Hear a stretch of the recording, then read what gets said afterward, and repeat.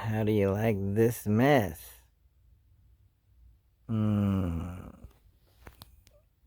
There's some organization to it, but it's probably not gonna change too much. Gradually it'll change, hopefully for the better. Hello, friends. Welcome to two channels. Wake Up and Think Clearly, and Buddhism for Happiness on YouTube. I'd like to make an important announcement. The Zoom meetings on Saturdays, Eastern Time, from 7 to around 9:30 or 10. I'm going to try not to go over 10. Maybe I should make it until 9. Nah.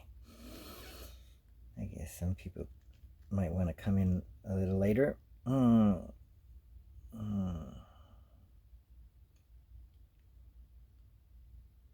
see. What about it? Yes, thank you for coming to it whenever you can. And last time there was a glitch. Somehow Zoom was requiring that I have a passcode for people joining. I didn't know about that. And so people were trying to join and they couldn't because it was requiring a password. I think they call it a passcode. And it was randomly generated, automatically generated, and it was some weird letters and numbers, lowercase and capital, maybe some symbols. So, but I managed to go in and edit that passcode,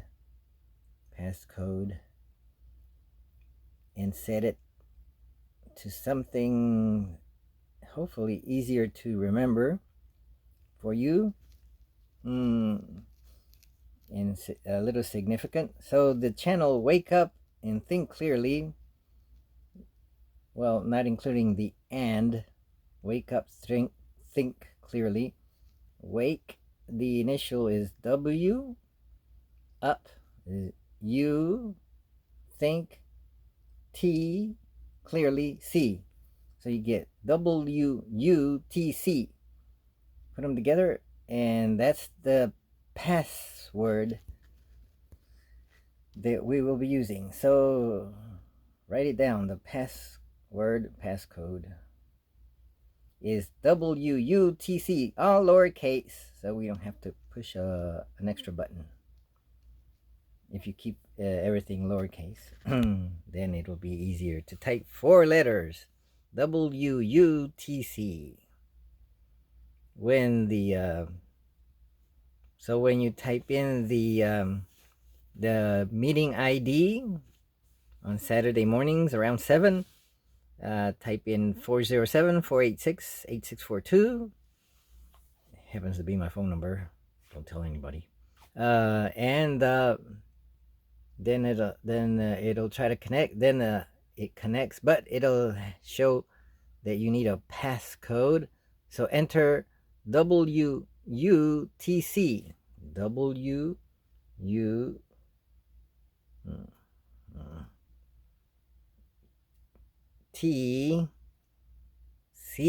All right. Okay. Right. Okay.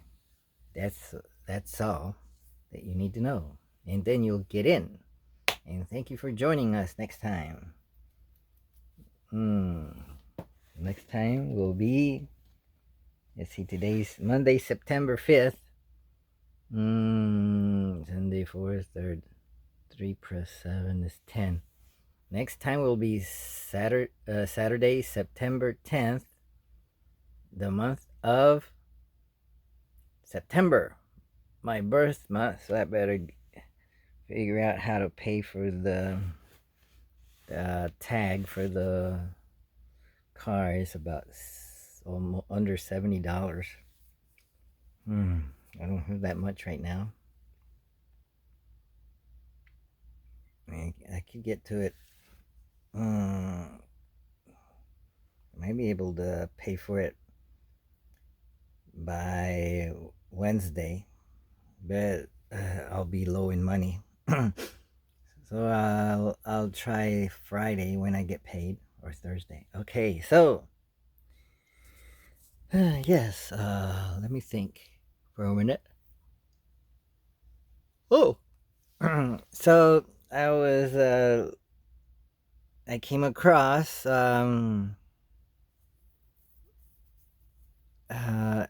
teachings from a Tibetan Buddhist tantric master. He's still alive. He's a pretty important guy in the Drikung Kagyu tradition. The Drikung Kagyu. There's four major traditions in Tibetan Buddhism. The first and the oldest one is Nyingma, and about the same time came the Sakya, a small one. I understand that they have their own way of asserting their leaders. I think it's what is it? Familial, like maybe it's like a dynasty. Well, so the father might be the head and becomes like the king of their tradition, and they will have a son and train him, and then he will become the head of their tradition, and so on. But the I don't know what the Nyingmapa do. Something else. They elect their leaders, but it's all broken into sub traditions, so maybe there's no head, or maybe there is. Anyway, then so there's the Nyingma, that's the oldest. Then the Sakya is pretty old, but then later on, some centuries later, came the Kagyus, and they split up into many, like the Karma Kagyu and the Drikung Kagyu, and that's the one that I got an interesting message from, teaching from. Well, I haven't absorbed it yet, so I'm thinking about it. And then maybe a few centuries later came the youngest, the Geluk Pa. Before, I think before the Kagyu and the Geluk, there was a Kadam tradition.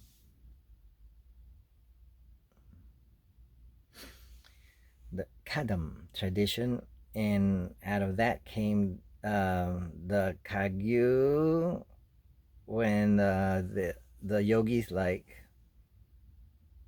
Marpa and Milarepa, and then Jay Tsongkhapa kind of learned a little bit of all of them, and mostly Kagyu. And he came up with, and from Kadam tradition, he tried to make it more organized, more following the monastic system. Yes, to develop strict monasticism. And so, and he wrote the Lamrim Chenmo, a huge 3-volume encyclopedia of Buddhism. Well, of the formula or path to become enlightened in stages. graduated. 3 major stages, like the lower scope, middle scope, and higher scope, right?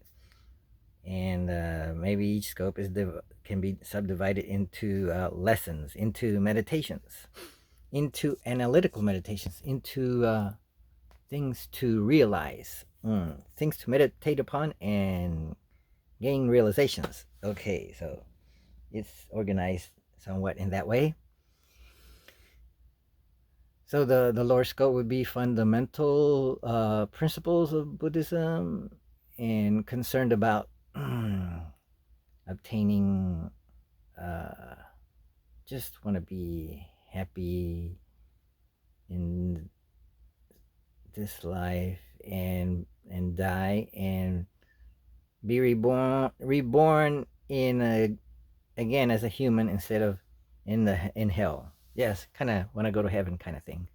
But in this case, heaven would be coming back as a human in good conditions to continue practicing.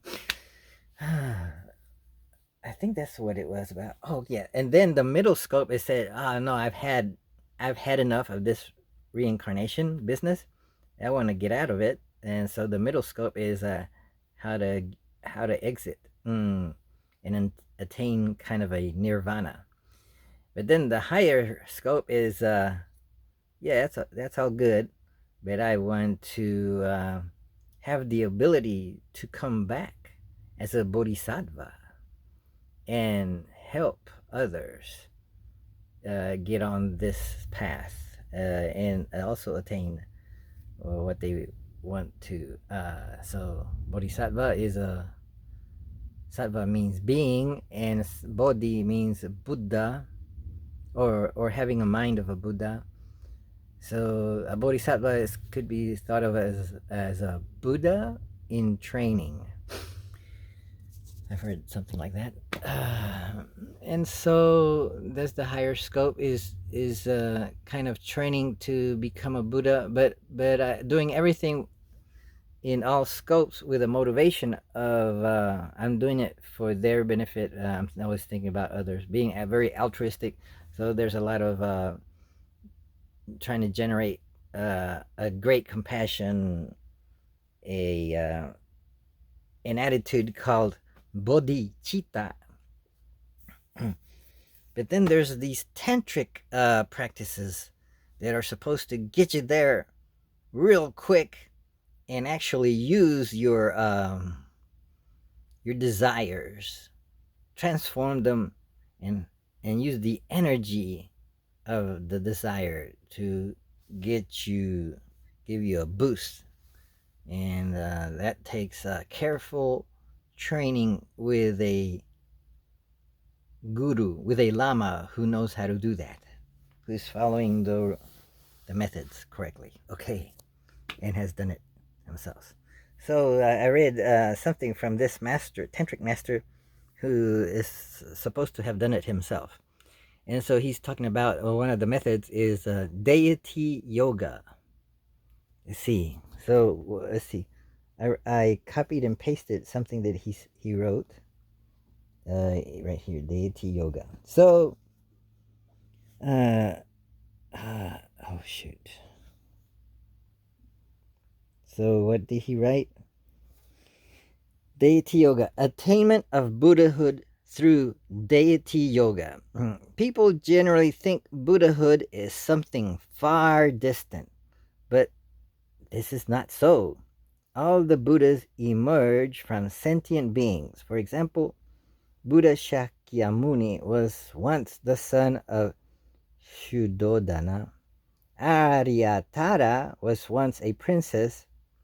As mentioned previously, the Tibetan term for Buddha is sanggye.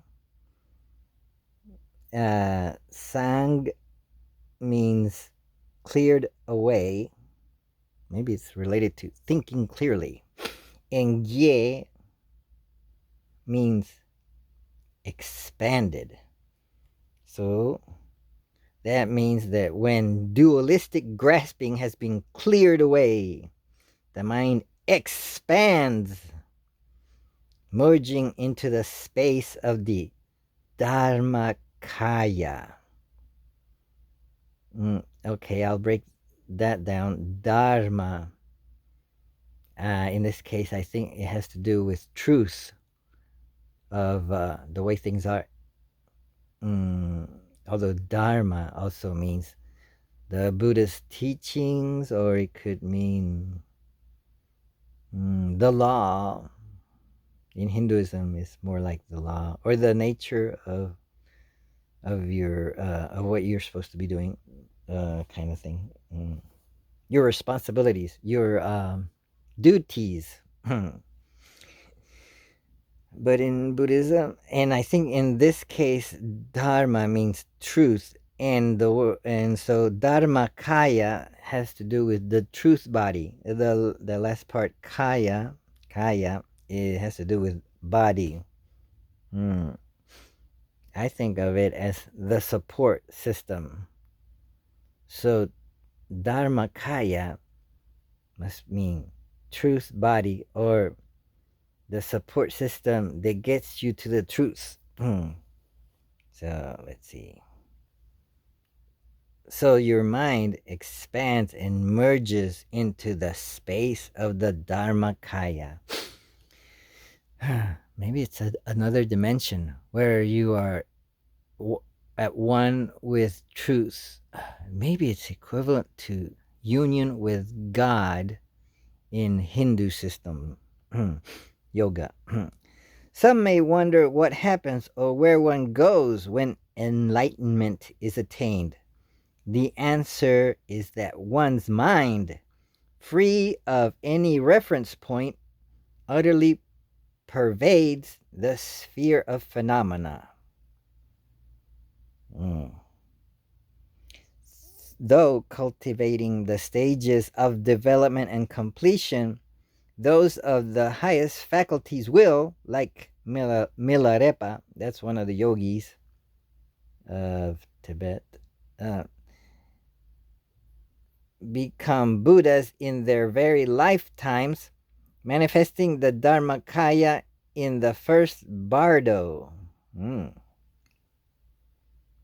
Oh, I read it wrong. I read, though cultivating the stages of the Buddha. That's why it didn't make sense. It's actually through. I missed the R.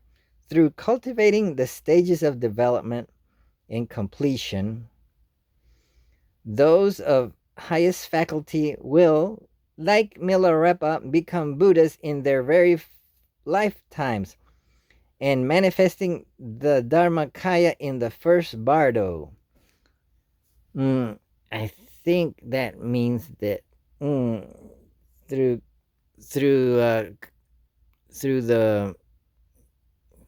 getting on the joyful path of good fortune.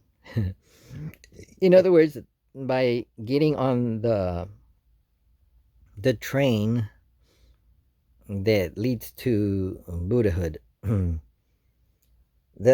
The word stages reminds me of the Lamrim, stages of the path to enlightenment.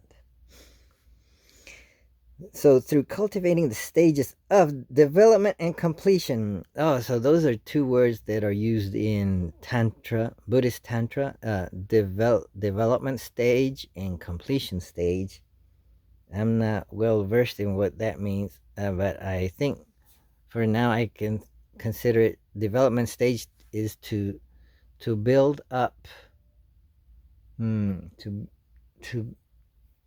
build up in your mind a visualization of the deity. What? Deity?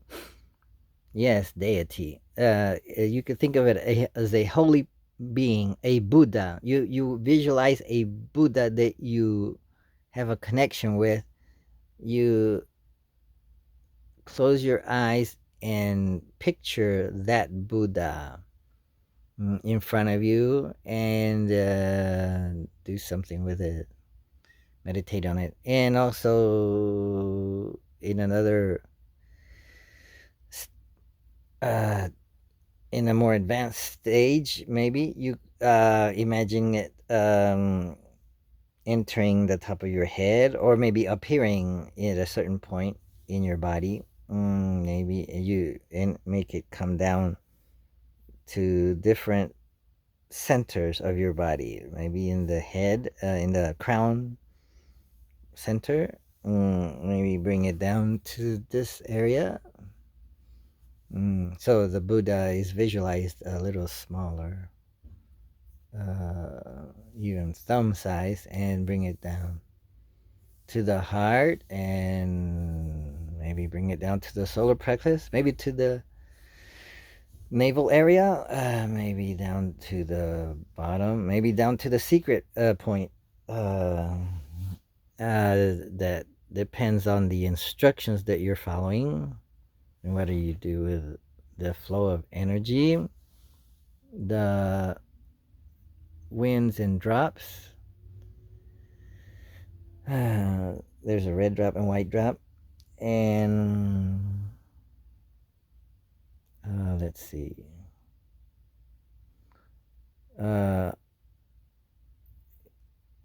So what's going on is that through cultivating the stages of development. So development is what I was just talking about. Our construction of visualizing things happening. Oh, and eventually you kind of want to become that deity, that Buddha. That's interesting.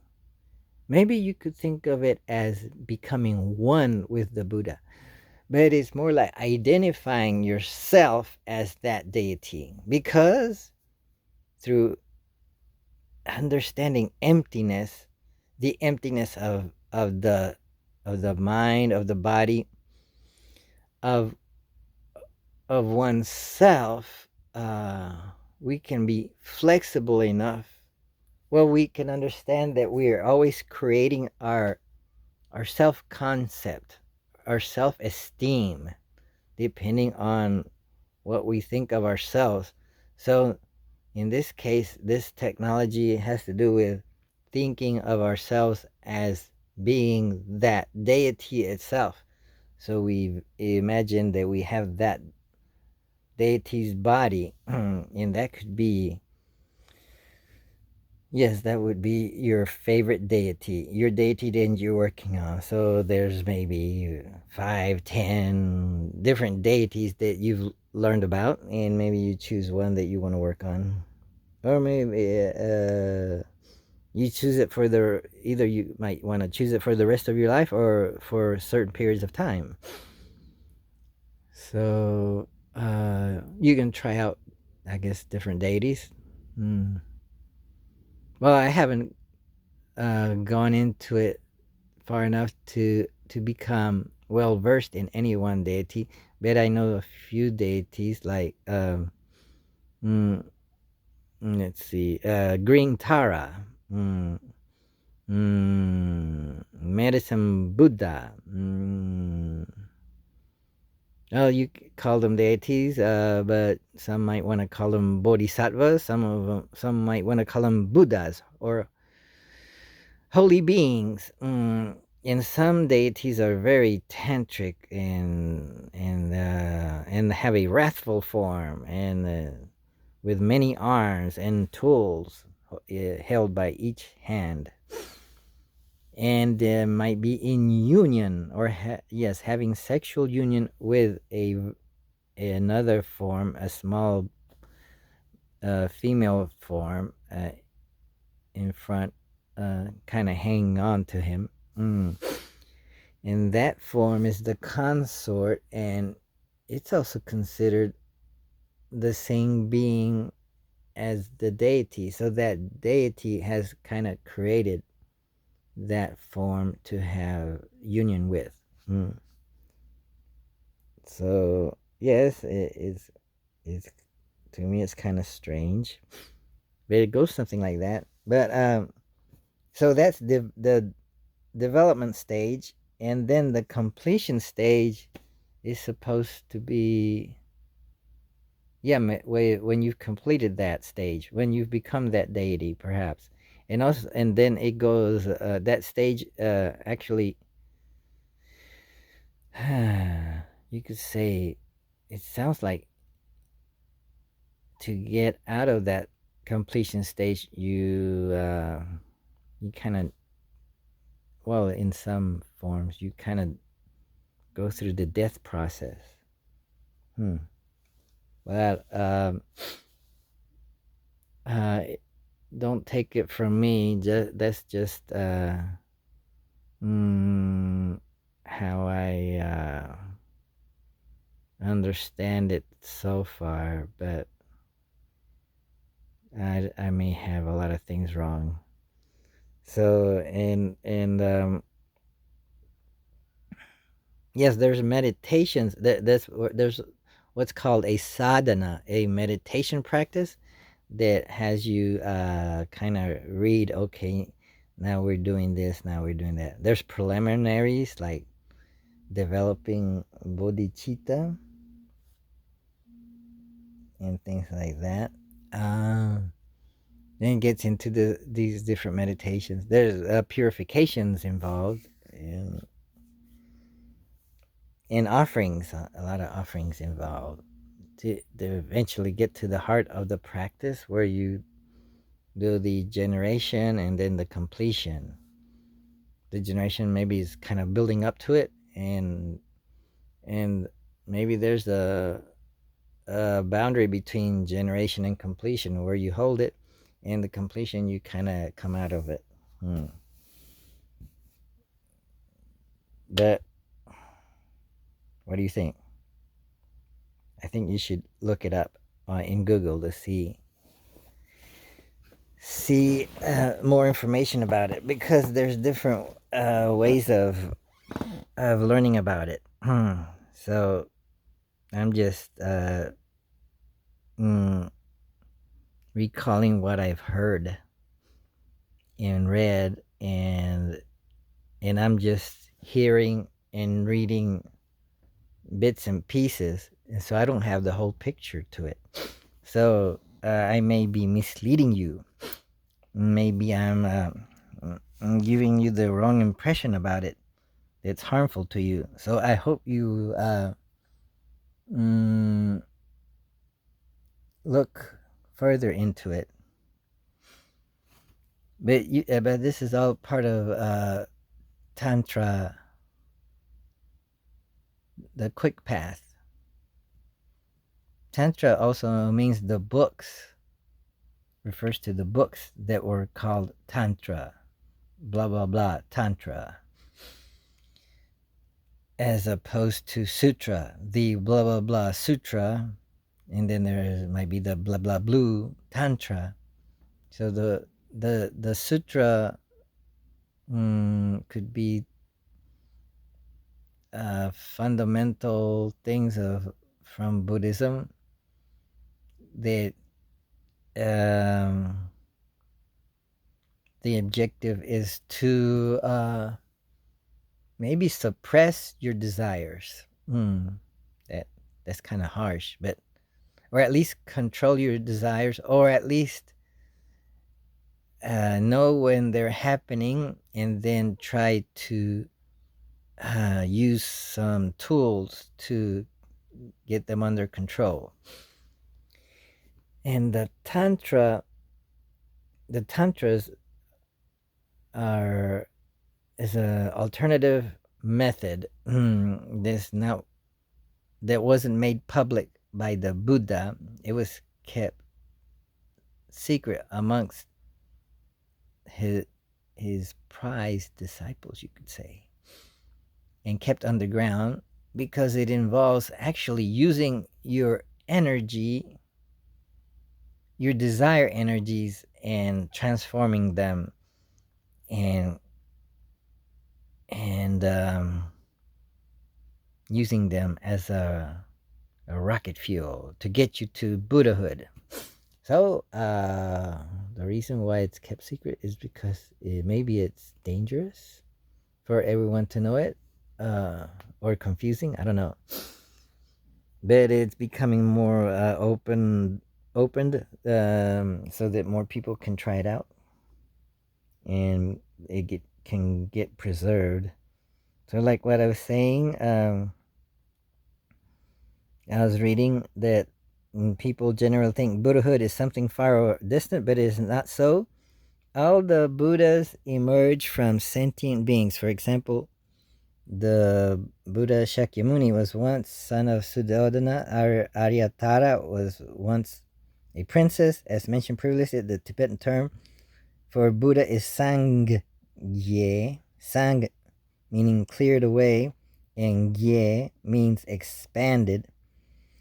So what does that mean? That is, when dualistic grasping has been cleared away, the mind expands, merging into the space of the Dharmakaya. Some may wonder what happens or where one goes when enlightenment is attained. The answer is that one's mind, free of any reference point, utterly pervades the sphere of phenomena. So I read all that, and I read all this. Through cultivating the stages of development and completion, those of highest faculties will, like Milarepa, become Buddhas in their very lifetimes, manifesting the Dharmakaya in the first bardo. I think that first bardo would be right after dying. You go into the first bardo. Then you would attain enlightenment there. Or maybe attain the highest level. They will become it says that they become Buddhas already in their lifetime, but they manifest the Dharmakaya in their first bardo. That Dharmakaya means that the mind, it has expanded and merges into the space of the Dharmakaya. So maybe the Dharmakaya is all the whole universe, all phenomena in the universe. Through cultivating the stages of the... Oh, I already read that. If one is unable to attain Buddhahood at that first juncture, then it is possible to do so in the second bardo. At the moment of waking from sleep, one generally has disordered thoughts such as, where am I? Who am I? So from the first moment of conscious awareness, there is a sense of self. However, through training in the development stage yogas, one continually recalls the deity with a mind of great love, reciting his or her mantra and seeing an approximation of his or her form in the mind. As a result, at the moment of waking, one will recall and transform into the deity and the mantra, purifying the propensities of body and speech. By having trained in this way, those of middling faculties will be liberated into the Sambhogakaya in the second bardo. That is to say, as soon as one thinks, now I have died, through the power of love, the thought of the deity will immediately rise in one's mind. Thus, the mind will transform into whichever deity one has practiced. In that very instant, the mind will have been subdued by the deity. This is because the mirror-like mind becomes free of self-grasping the moment one recalls the deity. Thus, the inherent qualities of the Buddha nature are made manifest in that moment. So the individual who is free from dualistic grasping himself or herself will transform into the deity. Even a person with dualistic grasping will become like a small child seated on the lap of his or her parent, the Yidam deity. Such are the benefits of meditating again and again on the deity's form and mantra.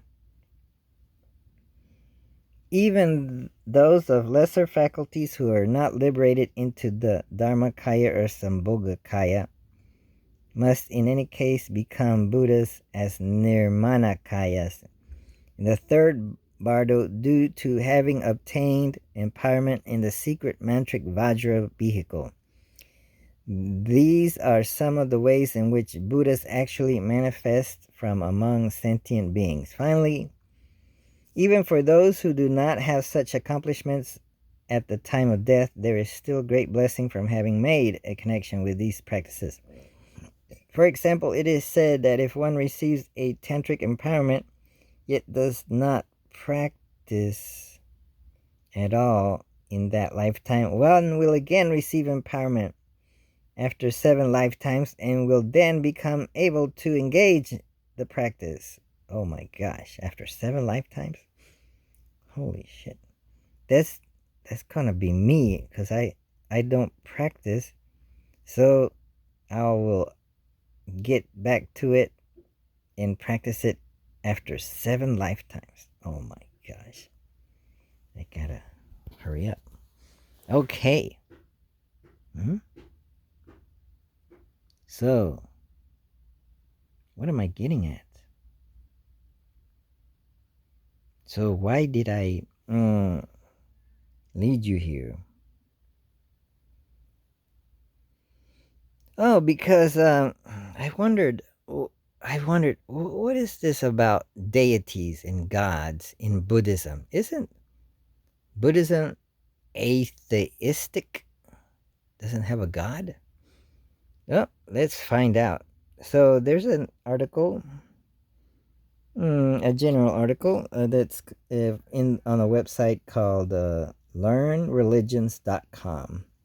So it talks about the role of gods and deities in Buddhism. Are there gods or aren't there gods?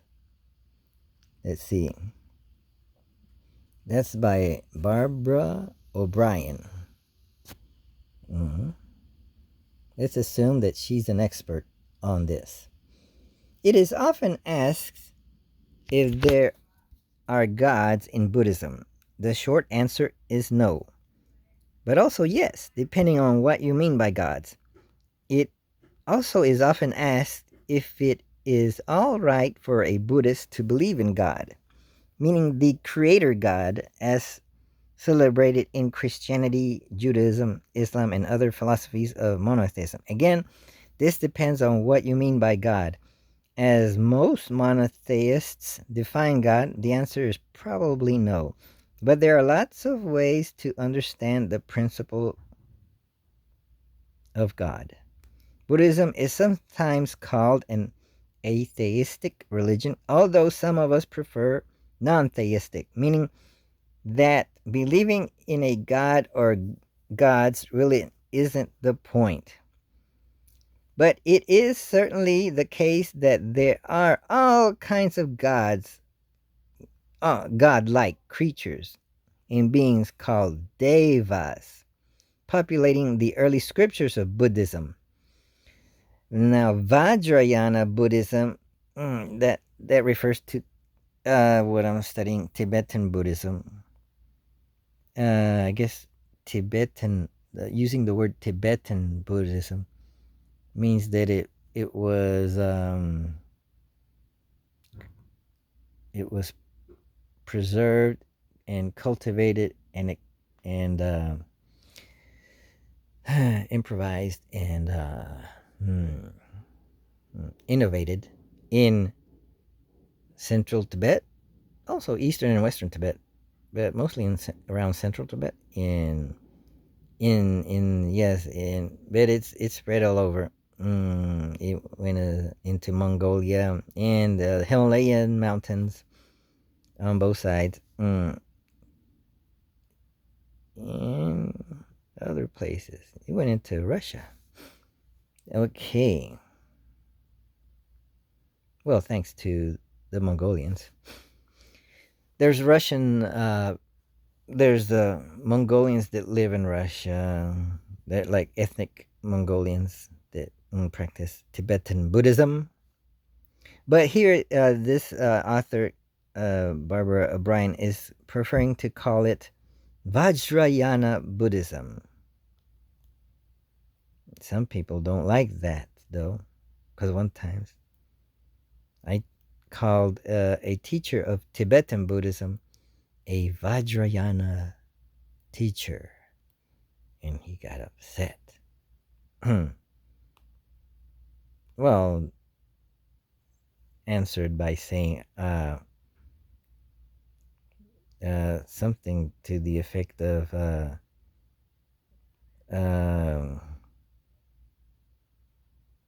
I don't think he insulted me. He was just saying that this is an example of misunderstanding by Western students about this. Okay, anyway. Vajrayana Buddhism still makes use of tantric deities in its esoteric practices. And there are Buddhists who believe devotion to Amitabha Buddha will bring them to rebirth in the Pure Land.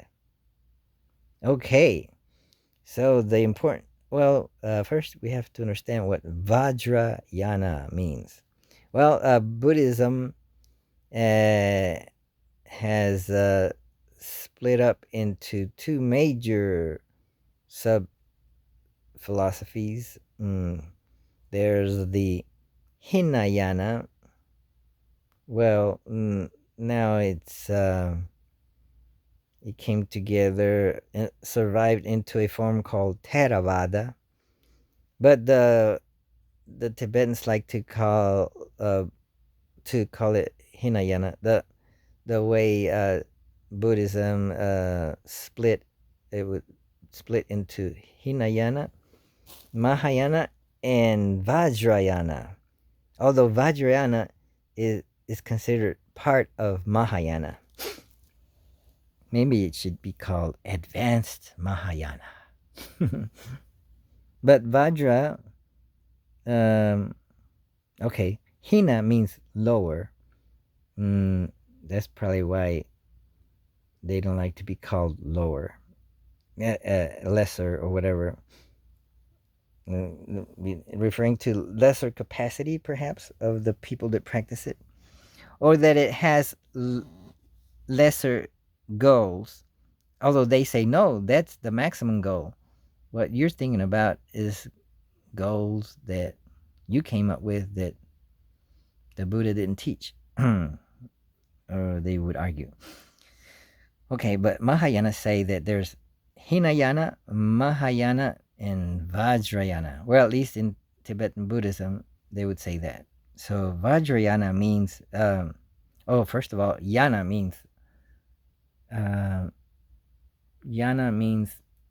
vehicle. Vehicle as in you get in a car and you go somewhere.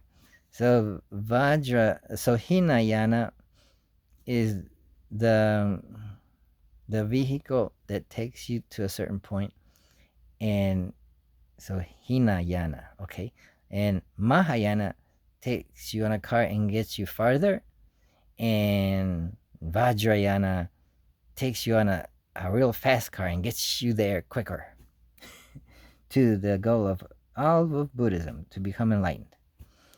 But also Vajra means Hina means lower, Hinayana, lesser. Maha means greater, maximum, Mahayana. And then Vajra, that's an interesting word. That means diamond, or it also means indestructible. It also means thunderbolt. So Vajrayana is, you can think of it as synonymous with Tibetan Buddhism, Vajrayana Buddhism. So Vajrayana Buddhism still makes use of tantric deities in its esoteric practices. Esoteric as in hidden from public view. And there are Buddhists who believe devotion to Amitabha Buddha will bring them to rebirth in the Pure Land. Amitabha Buddha. Those are the Pure Land Buddhists. Okay. So how to explain the apparent contradiction? Okay, now, and here's a good question. What do we mean by gods? Gods, plural. Let's start with polytheistic type gods. In the world's religions, these have been understood in many ways. Most commonly, they are supernatural beings with some kind of agency. They control the weather, for example, or they might help you win victories. The classic Roman and Greek gods and goddesses are examples, okay? Practice in a religion based on polytheism mostly consists of practices to cause these gods to intercede on one's behalf. If you deleted them, the various gods, there wouldn't be a religion at all. In traditional Buddhist folk religion, on the other hand, the devas are usually depicted as characters living in a number of other realms, separated from the human realm. They have their own problems and have no roles to play in the human realm. There's no point in praying to them, even if you believe in them, because they are not going to do anything for you. Whatever sort of existence they may or may not have really doesn't matter to Buddhist practice. Many of the stories told about the devas have allegorical points, but you can be a devoted Buddhist for your whole life and never give them any thought.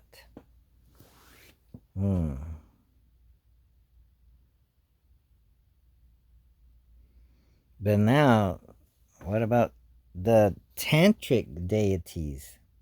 Now let's move on to the tantric deities. In Buddhism, Tantra is the use of rituals, symbolism, and yoga practices to evoke experiences that enable the realization of enlightenment.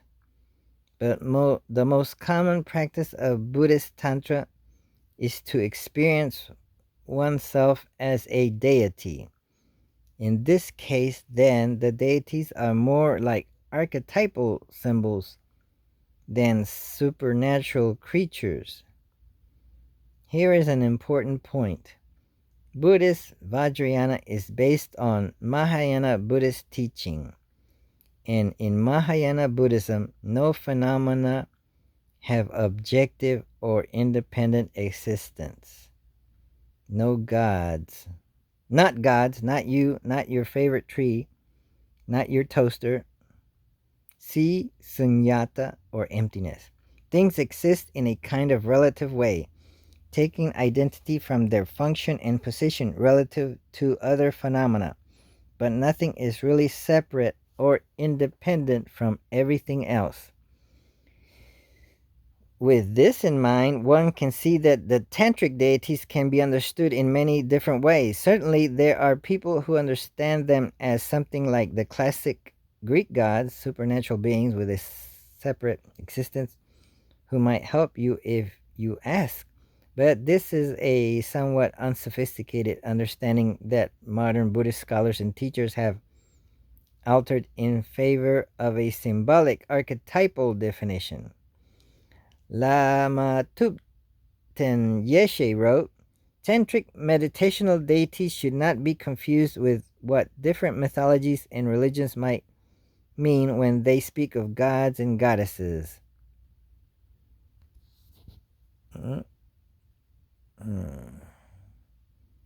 Gods. Here, the deity we choose to identify with represents the essential qualities of the fully awakened experience latent within us. To use the language of psychology, such a deity is an archetype of our own deepest nature, our most profound level of consciousness. In Tantra, we focus our attention on such an archetypal image and identify with it in order to arouse the deepest, most profound aspects of our being and bring them into our present reality. Introduction to Tantra, A Vision of Totality, 1987, page 42. Okay, I got that book. I should study it. Other Mahayana godlike beings. Although they may not practice formal Tantra, there are tantric elements running through much of Mahayana Buddhism. iconic beings such as Avalokiteshvara, which in China becomes Guanyin, are evoked to bring compassion to the world. Yes, but we are her eyes and hands and feet. The same is true of Amitabha. Amitabha. Some may understand Amitabha as a deity who will take them to paradise, although not forever. Others may understand the Pure Land to be a state of mind, and Amitabha as a projection of one's own devotional practice. But believing in one thing or another really isn't the point. What about God with a capital G? Oh, wow. Finally, we get to the big G.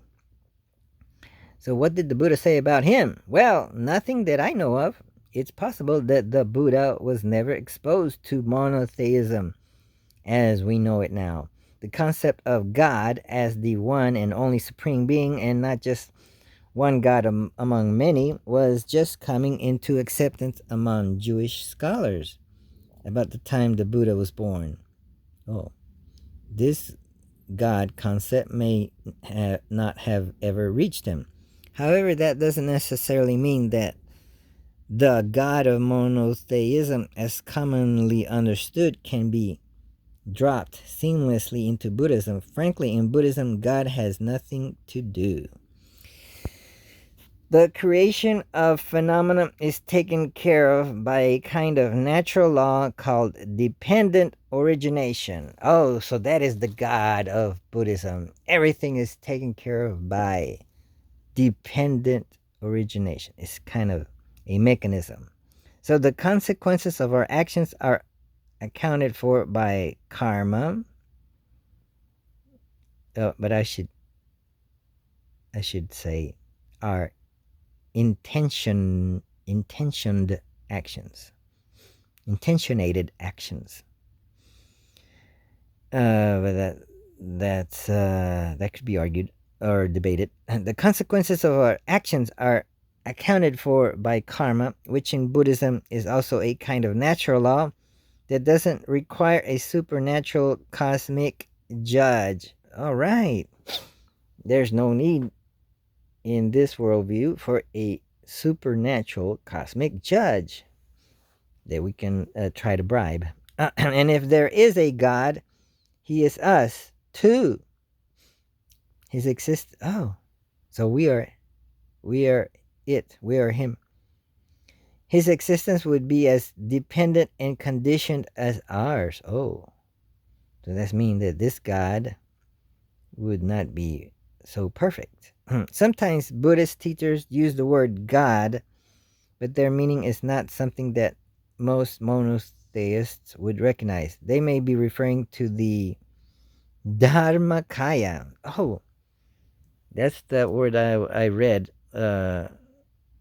in the previous reading, in where I tried to explain, or it was the Drikung Kagyu master was in what I was reading was saying. So what happens?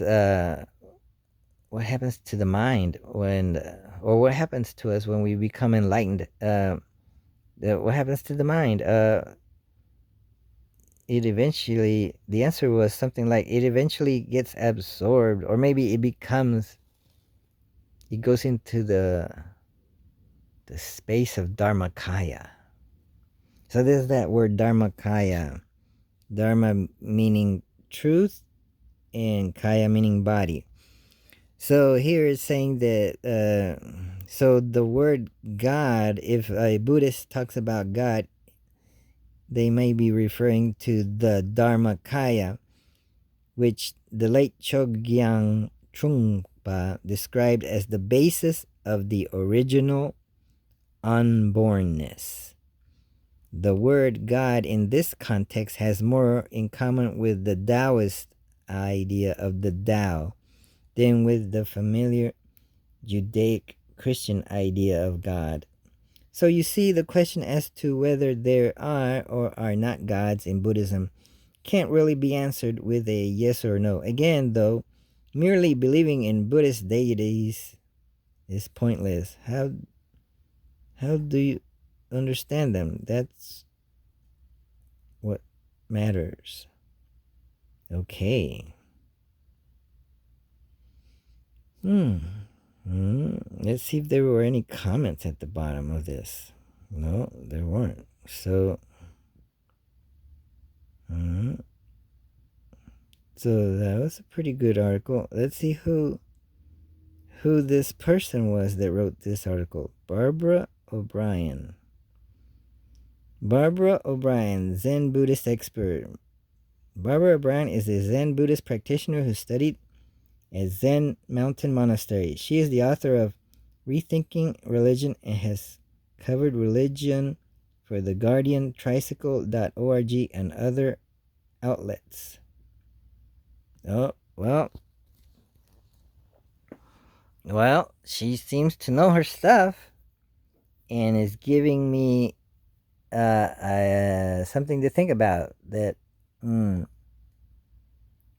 God, with a capital G, really has nothing to do in Buddhism. In the Buddhist literature, the oldest Buddhist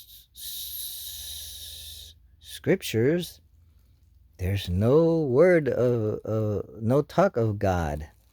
There is conversations between the Buddha Siddhartha Gautama, the Buddha Śākyamuni, conversations between the Buddha and others who do have an idea about God, and they come and ask him, what do you think about this? Or maybe some people might come up to him and say, is there a God? And the Buddha prefers not to get into it, it sounds like. It looks like. I'll have to look up in like Access to Insight. Like you can go to, let's go open up a browser. Is there a browser open? Here's a browser that's open. I got 9% left. Let's see. I could start one that I could type in X. Oh shoot. I could type access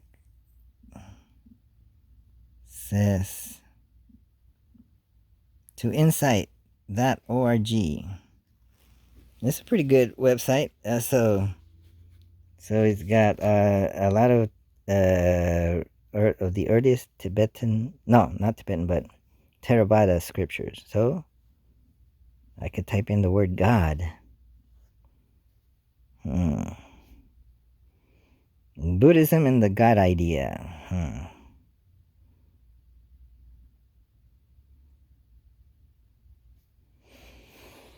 In Buddhism, there are gods, and they actually come to the Buddha to request instruction.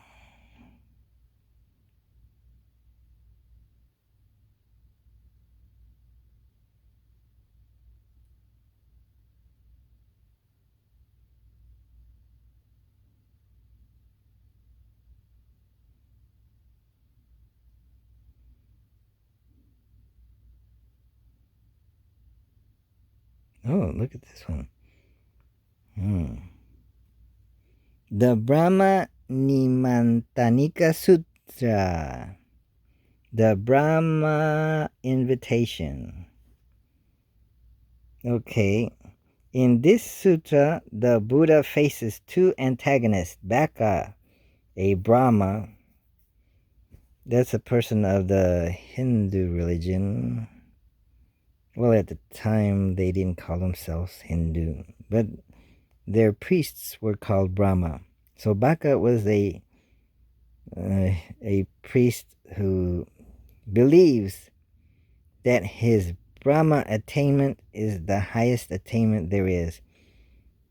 And Mara, Mara happens to be kind of a god, a superior being who's who is in control of making us suffer through delusions. Okay, so Mara wants to keep Baka under his power by allowing Baka to maintain his deluded opinion, and Mara also wants to prevent the Buddha from sharing his awakened knowledge with others. Of the two, Mara is the most insidious, a point illustrated by the fact that Mara always speaks through someone else and never directly shows his face. That's interesting. Another interesting point is illustrated by the fact that Mara is the source of the demand that one obey a creator god. Wow. That's interesting. Mara is kind of like the devil. So, in a way, Buddhism is a Gnostic religion because it is opposed. Well, maybe Mara was talking through the serpent, through Lucifer, or was it called Lucifer? In the Garden of Eden, was he called Satan?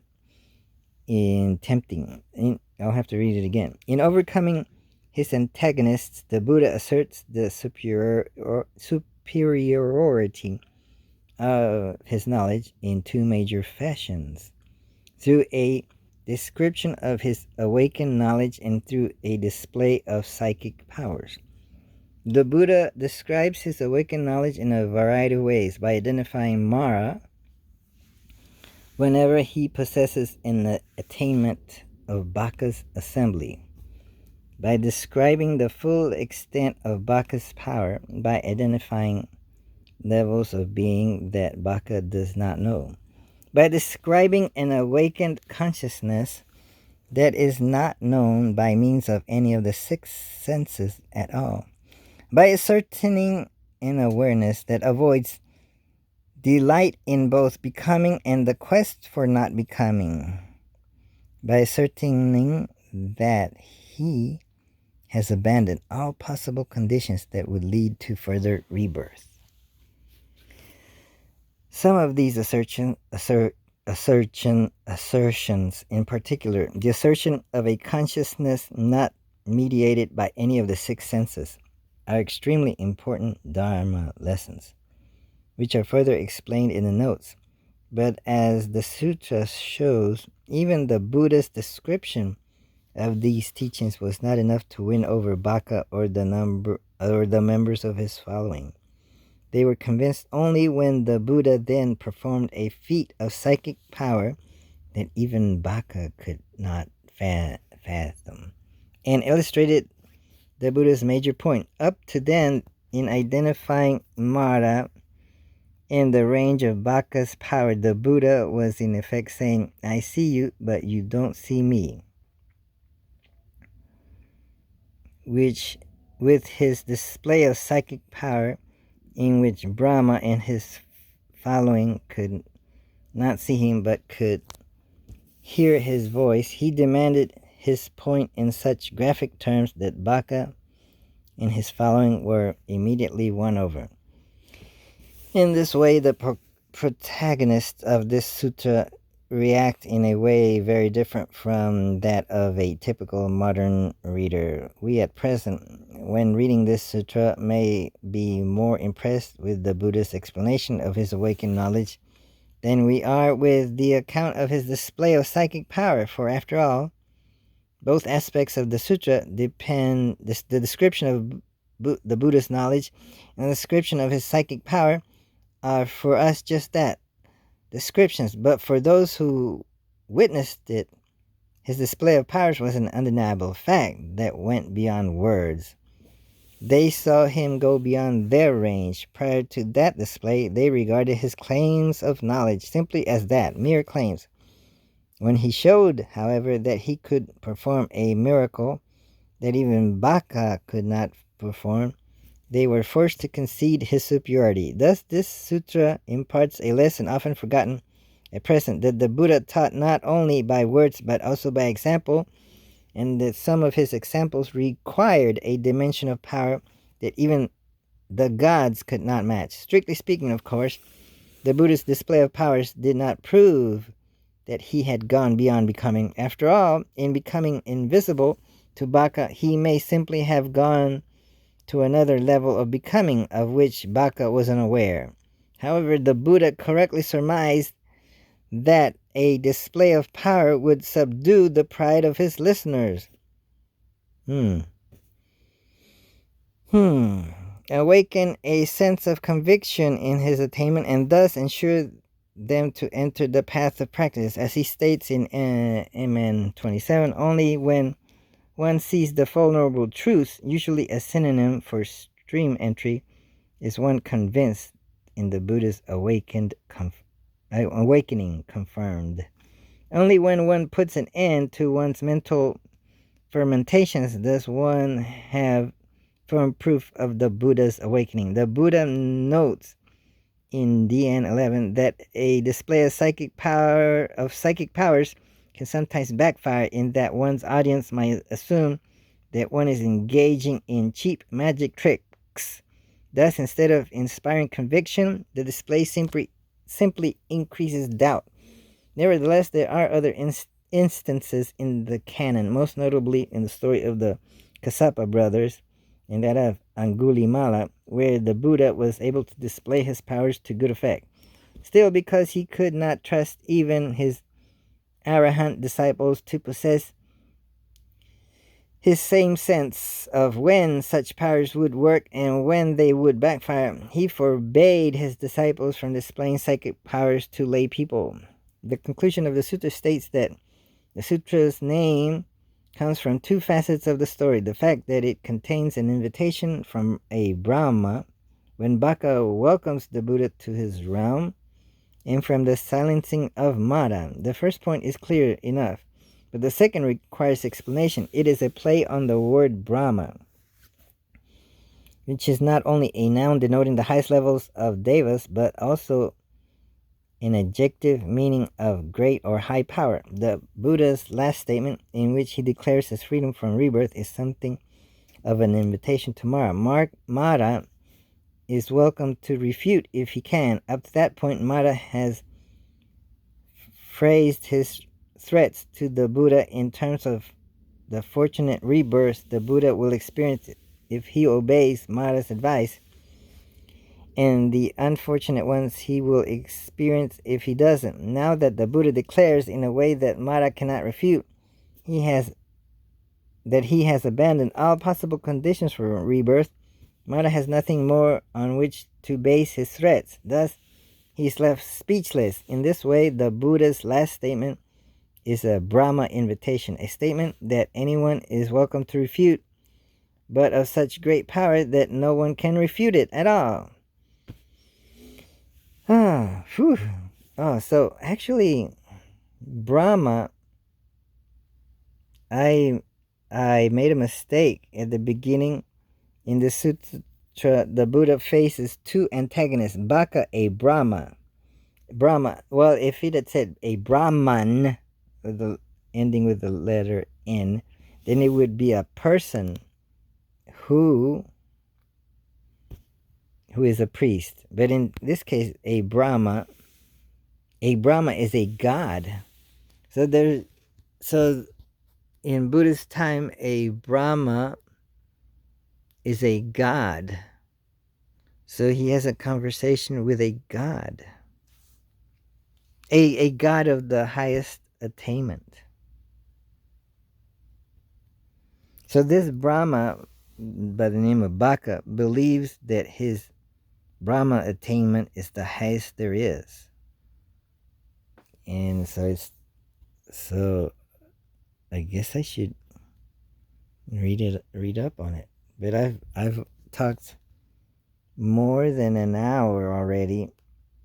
Read up more than an hour, and I found in Access to Insight an article on a conversation between the Buddha and a god, a Brahma, and Mara, sort of a Satan, a Lucifer kind of character. So I hope you enjoyed this conversation, wake uppers and think clearers and Buddhists who are happy. Buddhists for happiness. Okay, thank you. Namaste, aloha, goodbye. From the Love Shack, baby. You have a wonderful rest of the day. Thank you for watching.